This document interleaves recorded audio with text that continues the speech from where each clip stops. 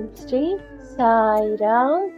நம் அன்பான சிரடி சாய்பாபா, நம் அன்பான பகவான் ஸ்ரீ சத்ய சாய்பாபா இருவரின் ஆசீர்வாதம் கிடைக்க அவர்களை வணங்கி அவர்களுடைய ஆசீர்வாதத்தை நாம் அனைவரும் பெறுவோம். பகவான் ஸ்ரீ சத்ய சாய்பாபா அவர்களின் தெய்வீக ஆசீர்வாதத்தை இந்த பதிவில் நாம் காண்போம்.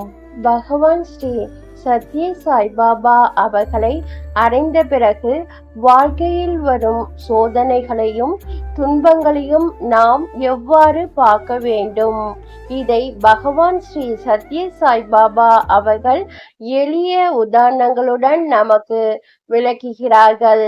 இறைவன் உங்களை சோதிக்கிறார், பல துன்பங்களை அனுபவிக்க செய்கிறார் என்று எண்ணி வருந்தாதீர்கள். ஏனெனில் சோதனைகள் வந்தால்தான் உங்கள் உண்மையான நிலையை நீங்கள் அறிய முடியும். வெற்றியை உறுதிப்படுத்திக் கொள்ளவும் உங்களின் குறைபாடுகளை உணரவும் அவை உதவுகின்றன. பின்னர் அந்த குறைகளை சரி செய்து மேலும் முயற்சி செய்தால் அடுத்த சோதனையில் நீங்கள் வெற்றி பெற முடியும். பலர் வருந்துகிறார்கள், தரிசனம், பாவநாசனம் என்று கூறுகிறார்கள்.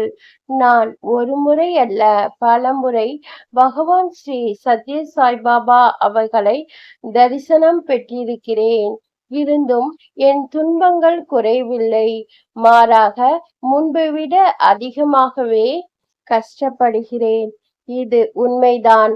அவர்கள் தரிசனம் பெற்றுள்ளனர். ஆனால் அதோடு மட்டுமல்லாமல் இங்கிருந்து பிரேமை, அன்பு, உறுதியான நம்பிக்கை, பக்தி, நல்லோரின் சேர்க்கை, சர்வேஸ்வரரின் சிந்தனை, இறை நினைவு, நாமஸ்மரணம், இறைவனின் திருநாம ஜபம் போன்ற புதிய விதைகளையும் பெற்றுள்ளன. அவற்றை மனம் என்ற நிலத்தில் எவ்வாறு ஆழமாக விதைத்து வளர்ப்பது என்பதை கற்றுள்ளன.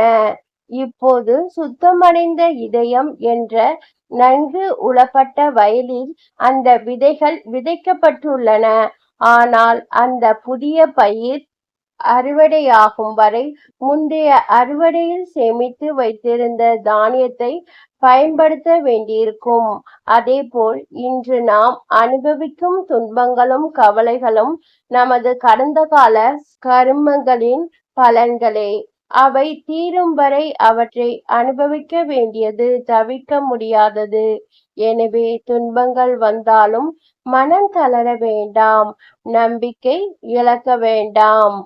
பகவான் ஸ்ரீ சத்ய சாய்பாபா அவர்களின் மகா சிவராத்திரி உரை பிப்ரவரி மாதம் 1963 ஆண்டு.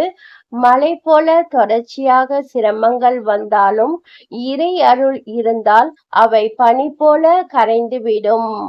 இந்த பதிவை பார்க்கும் அனைவருக்கும் நன்றி, வணக்கம். அனைவரும் நம்புங்கள், உங்களுக்கு நல்லதே நடக்கும்.